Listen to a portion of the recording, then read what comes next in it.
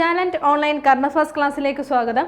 ഇന്ന് നമ്മൾ ചർച്ച ചെയ്യുന്നത് മാർച്ച് 20-ാം തീയതിയിലെ ആനുകാലിക വിഷയങ്ങളാണ്. വരൂ ക്ലാസ്സിലേക്ക് കിടക്കാം.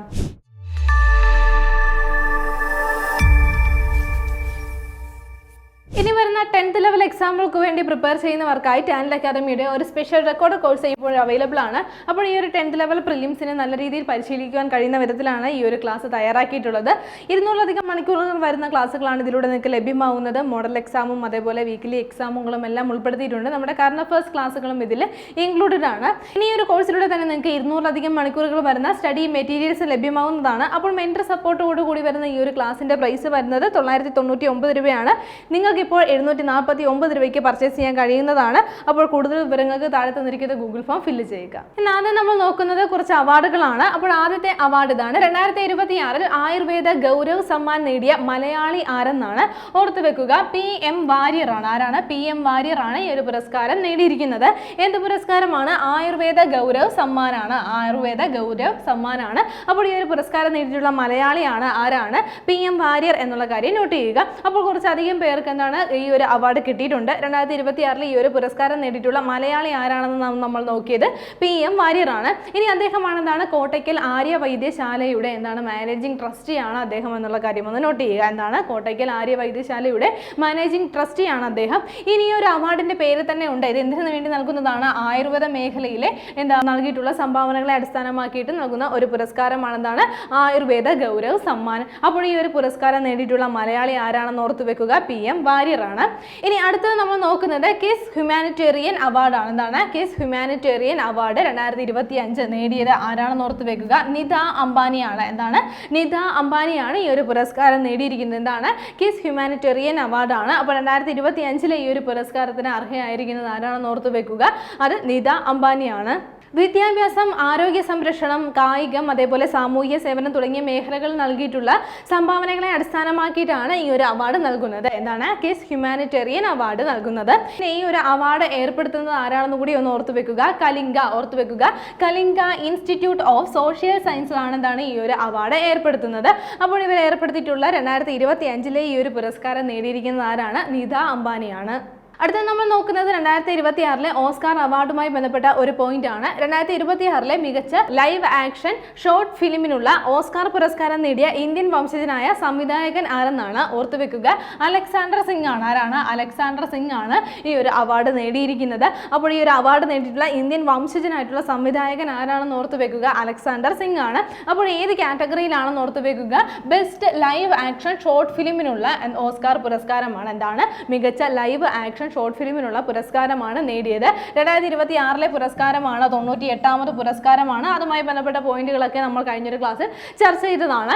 അപ്പോൾ ഈ ഒരു അവാർഡിൽ എന്താണ് ഈ ഒരു ലൈവ് ആക്ഷൻ, അതായത് മികച്ച ലൈവ് ആക്ഷൻ ഷോർട്ട് ഫിലിമിനുള്ള ഓസ്കാർ പുരസ്കാരം നേടിയിട്ടുള്ള ഇന്ത്യൻ വംശജനായിട്ടുള്ള സംവിധായകനാണ് നമ്മൾ നോക്കിയത്, അലക്സാണ്ടർ സിംഗ് ആണ്. അപ്പോൾ അലക്സാണ്ടർ സിംഗും അതേപോലെ തന്നെ നതാലി മുസ്തീറ്റ, എന്താണ്? നതാലി മുസ്തീറ്റ, ഇവർ രണ്ടുപേരും കൂടി ചേർന്ന് സംവിധാനം ചെയ്ത ടു പീപ്പിൾ എക്സ്ചേഞ്ചിങ് സലൈവ എന്നുള്ള ചിത്രത്തിലൂടെയാണ് ഇവർക്ക് ഈ ഒരു അവാർഡ് കിട്ടിയത്. എന്താണ്? ടു പീപ്പിൾ എക്സ്ചേഞ്ചിങ് സലൈവ എന്നുള്ള ചിത്രത്തിലൂടെയാണ്. അപ്പോൾ ആരൊക്കെയാണ് ആ ഒരു ഷോർട്ട് ഫിലിം സംവിധാനം ചെയ്തതെന്ന് ഓർത്തു വെക്കുക, അലക്സാണ്ടർ സിംഗും അതേപോലെ നതാലി മുസ്തീറ്റയും കൂടിയാണ് സംവിധാനം ചെയ്തത്. അപ്പോൾ ഇവിടെ മറ്റൊരു പ്രത്യേകത കൂടിയുണ്ട്. എന്താണ്? ഈ ഒരു ഓസ്കാർ അവാർഡ് അവർ ഷെയർ ചെയ്യുകയാണ് ഉണ്ടായിരുന്നത്. 2 സിനിമകൾ എന്താണ് ഇതിൽ ടൈ ആയിട്ട് വന്നിട്ടുണ്ടായിരുന്നു. അപ്പോൾ എന്താ നമ്മൾ ഒരു സിനിമ പറഞ്ഞു, ടു പീപ്പിൾ എക്സ്ചേഞ്ചിങ് സലൈവ എന്നുള്ള ചിത്രവും ദി സിംഗേഴ്സ് എന്നുള്ള ചിത്രവും. എന്താണ്? ദി സിംഗേഴ്സ് എന്നുള്ള ചിത്രം അതാരാണ് സംവിധാനം ചെയ്തത്? സാം എ ഡേവിസ് ആണ് ആ ഒരു സിനിമ സംവിധാനം ചെയ്തത്. ആരാണ്?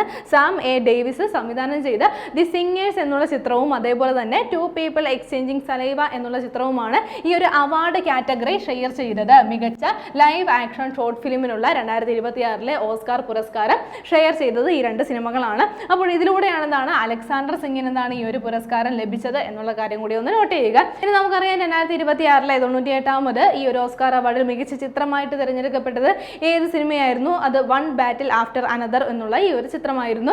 ഇനി ഇത് സംവിധാനം ചെയ്ത പോൾ തോമസ് ആൻഡേഴ്സൺ ആണ് എന്താണ് മികച്ച സംവിധായകനുള്ള പുരസ്കാരവും ലഭിച്ചിട്ടുണ്ടായിരുന്നത്. അപ്പോൾ അതും കൂടി ഒന്ന് ഓർത്ത് വെക്കുക. അപ്പോൾ നമ്മളിപ്പോൾ നോക്കിയത് എന്താണ് 2026-ലെ മികച്ച ലൈവ് ആക്ഷൻ ഷോർട്ട് ഫിലിമിനുള്ള ഓസ്കാർ പുരസ്കാരം നേടിയ ഇന്ത്യൻ വംശജനായ സംവിധായകൻ ആരാണ്? അലക്സാണ്ടർ സിംഗ് ആണ്.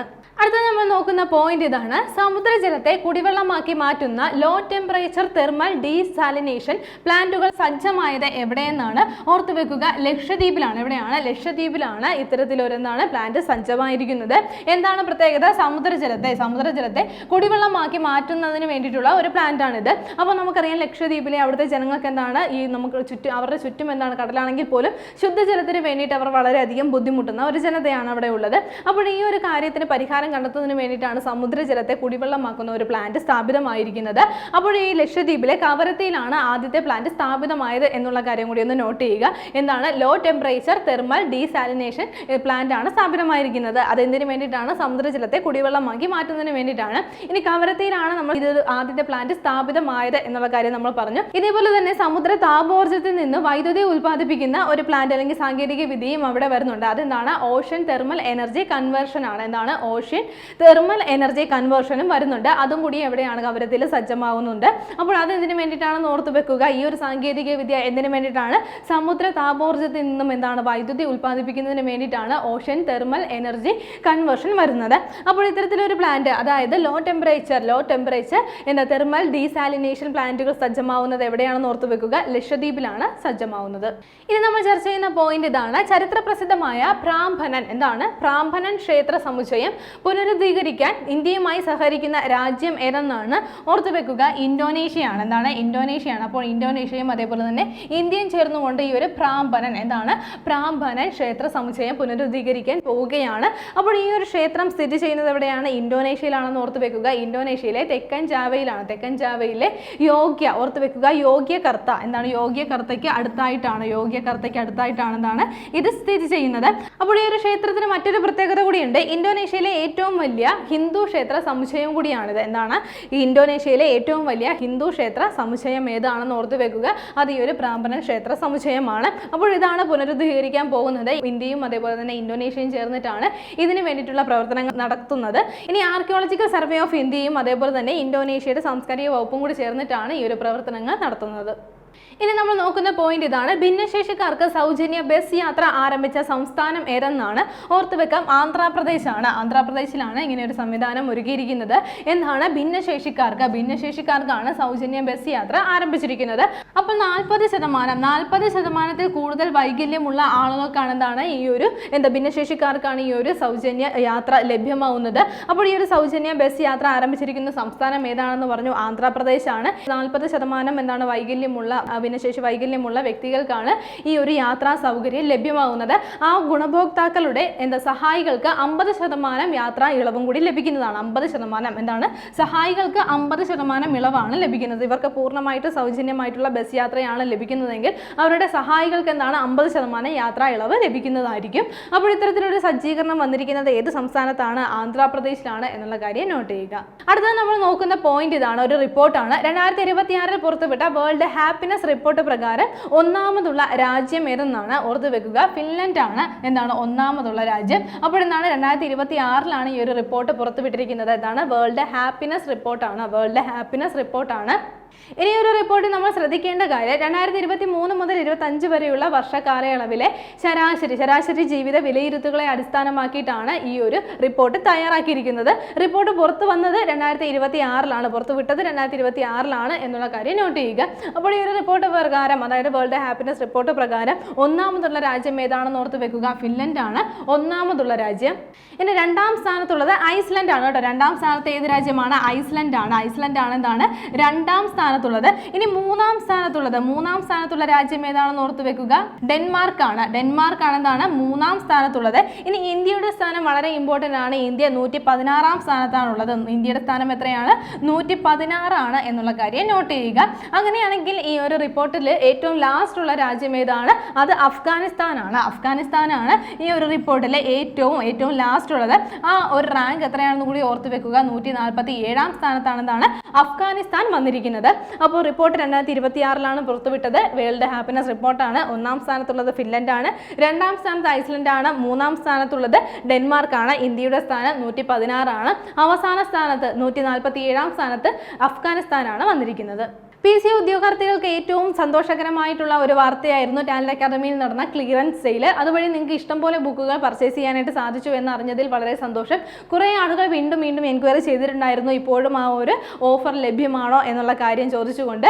അപ്പോൾ ഇപ്പോൾ ഒരു മാസത്തേക്ക് കൂടി ഈ ഒരു ഓഫർ നിങ്ങൾക്ക് നീട്ടിയിരിക്കുകയാണ്. അതായത് ടാലന്റ് അക്കാദമിയുടെ പബ്ലിക്കേഷൻസ്, അതായത് ബുക്കുകൾ, മുൻ വർഷങ്ങളിൽ പ്രസിദ്ധീകരിച്ച ബുക്കുകൾ എന്നാണ് കിലോയ്ക്ക് 99 രൂപ നിരക്കിൽ നിങ്ങൾക്ക് പർച്ചേസ് ചെയ്യാനായിട്ട് സാധിക്കുന്നതാണ്. ഒരു മാസവും കൂടി ഈ ഒരു ഓൾഡ് ബുക്ക് ക്ലിയറൻസ് സെയിൽ ഉണ്ടായിരിക്കുന്നതാണ്, മെഗാ സെയിൽ ഉണ്ടായിരിക്കുന്നതാണ്. അപ്പോൾ ഈ ഒരു എക്സ്റ്റെൻഡ് ചെയ്തിട്ടുള്ള ഓഫർ ഉടൻ തന്നെ സ്വന്തമാക്കുക. ഇതുമായി ബന്ധപ്പെട്ട കൂടുതൽ വിവരങ്ങൾക്ക് നിങ്ങൾക്ക് ഈ ഒരു സ്ക്രീനിൽ കാണുന്ന ഈ ഒരു നമ്പറിൽ കോൺടാക്ട് ചെയ്താൽ മതി. ഇനി നമ്മൾ ചർച്ച ചെയ്യുന്ന പോയിന്റ് ഇതാണ്. അടുത്തിടെ ഇസ്രായേൽ ആക്രമിച്ച ഇറാനിൽ സ്ഥിതി ചെയ്യുന്ന ലോകത്തിലെ ഏറ്റവും വലിയ പ്രകൃതിവാതക പാടം ഏതെന്നാണ്. ഓർത്തുവെക്കുക, സൗത്ത് പാർസ് ആണ്. എന്താണ്? സൗത്ത് പാർസ് ആണ്. എന്താണ് പ്രത്യേകത? ലോകത്തിലെ തന്നെ ഏറ്റവും വലിയ പ്രകൃതിവാതക പാടമാണ് എന്താണ് സൗത്ത് പാർസ് എന്നുള്ള കാര്യം ഒന്ന് നോട്ട് ചെയ്യുക. എന്ത് സംഭവിച്ചിരിക്കുകയാണ്? ഇസ്രായേൽ ആക്രമിച്ചിരിക്കുകയാണ്. ഇസ്രായേൽ അവിടെ എന്താണ് അടുത്തിടെ ആക്രമണം നടത്തുകയുണ്ടായി. അപ്പോൾ ഇറാനിലാണ് ഈ ഒരു പ്രകൃതിവാതക പാടം സ്ഥിതി ചെയ്യുന്നതെന്ന് പറഞ്ഞു. ഇറാനും അതേപോലെ തന്നെ ഖത്തറും കൂടി ചേർന്നിട്ടാണ് പങ്കിടുന്ന ഒരു പ്രകൃതിവാതക പാടമാണ് എന്താണ് ഈ ഒരു സൗത്ത് പാർസ് എന്നുള്ള കാര്യം നോട്ട് ചെയ്യുക. നമുക്കറിയാം ഇപ്പോൾ സംഭവിച്ചുകൊണ്ടിരിക്കുന്ന ഈ ഒരു യുദ്ധ അന്തരീക്ഷം നമുക്കറിയാവുന്നതാണ്. ഇതിന്റെയൊക്കെ ഭാഗമായിട്ട് ഇസ്രായേൽ എന്താണ് ഈ ഒരു പ്രകൃതിവാതക പാടം ആക്രമിക്കുകയുണ്ടായി. ഇനി ഒരു ക്രൂയിസുമായി ബന്ധപ്പെട്ട പോയിന്റാണ് നമ്മൾ ചർച്ച ചെയ്യുന്നത്. ഡിസ്നി ക്രൂസ് ലൈനിന്റെ ഏറ്റവും പുതിയ കപ്പലായ ഡിസ്നി അഡ്വഞ്ചർ പ്രഥമ ക്രൂസ് പൂർത്തിയാക്കി സിംഗപ്പൂരിൽ മടങ്ങിയെത്തിയിരിക്കുകയാണ്. അപ്പോൾ എന്താണ് ഇതിന്റെ പ്രത്യേകത എന്ന് ചോദിച്ചാൽ നമുക്കറിയാം ഡിസ്നി എന്നുള്ള ഈ ഒരു ഇതിൽ വരുന്ന കഥാപാത്രങ്ങളും കാര്യങ്ങളൊക്കെ അറിയാവുന്നതാണ്. അപ്പോൾ ഇവയെല്ലാം ഉൾപ്പെടുത്തിയിട്ടാണ് ഈ ഒരു ക്രൂസ് അല്ലെങ്കിൽ ഈ ഒരു കപ്പൽ തയ്യാറാക്കിയിരിക്കുന്നത്. ഇതിന്റെ ഭാഗമായിട്ടുള്ള ആദ്യ യാത്ര ഇത് പൂർത്തിയാക്കിയിരിക്കുകയാണ്. സിംഗപ്പൂരിൽ നിന്ന് ആരംഭിച്ച് പുറംകടലിലെ 4 രാത്രിയും അതേപോലെ 5 പകലുകളും ചിലവഴിച്ചുകൊണ്ട് തിരിച്ചെന്താണ് സിംഗപ്പൂരിലേക്ക് മടങ്ങിയെത്തിയിരിക്കുകയാണ്.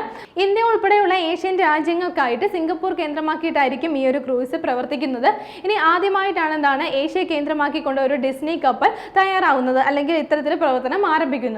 ഇനി ഈ ഒരു കപ്പലിന്റെ സാങ്കല്പിക ക്യാപ്റ്റനുകളായിട്ട് മിക്കി മൗസും അതേപോലെ മിന്നി മൗസും ഉണ്ട്. ഇനി അതേപോലെ തന്നെ ഡിസ്നിയിലെ കഥാപാത്രങ്ങളെല്ലാം ഈ ഒരു കപ്പലുകളിൽ ഉണ്ടാവുന്നതാണ്. അവരെന്താണ് യാത്രക്കാരുടെ ഒപ്പം ഫോട്ടോ എടുക്കുകയും നൃത്തം ചെയ്യുകയും അങ്ങനെ ആഘോഷകരമായിട്ടുള്ള ഒരു യാത്രയായിരിക്കും ഇതിലൂടെ ലഭ്യമാവുന്നത്. ഇനി ഒരു സൈനിക അഭ്യാസവുമായി ബന്ധപ്പെട്ട പോയിന്റാണ് നമ്മൾ ചർച്ച ചെയ്യുന്നത്. സീ ഡ്രാഗൺ സൈനിക അഭ്യാസത്തിൽ ഇന്ത്യൻ നാവികസേന പങ്കെടുത്തു. അപ്പോൾ അമേരിക്ക നയിക്കുന്ന ഒരു നാവിക അഭ്യാസമാണ് സീ ഡ്രാഗൺ സൈനിക അഭ്യാസം. 2026 ഈ ഒരു സീ ഡ്രാഗൺ സൈനിക അഭ്യാസത്തിൽ ഇന്ത്യൻ നാവികസേന പങ്കെടുക്കുകയുണ്ടായി. ഇന്ത്യക്ക് പുറമെ ഓസ്ട്രേലിയ അതേപോലെ ജപ്പാൻ, ന്യൂസിലൻഡ് തുടങ്ങിയ രാജ്യങ്ങളും ഈ ഒരു സൈനിക അഭ്യാസത്തിൽ പങ്കെടുത്തിട്ടുണ്ടായിരുന്നു. അപ്പോൾ ഓർത്തു വെക്കുക എന്താണ് സീ ഡ്രാഗൺ സൈനിക അഭ്യാസമാണ്. 2026 ഈ ഒരു സൈനിക അഭ്യാസത്തിൽ ഇന്ത്യൻ നാവികസേനയും പങ്കെടുത്തിട്ടുണ്ടായിരുന്നു.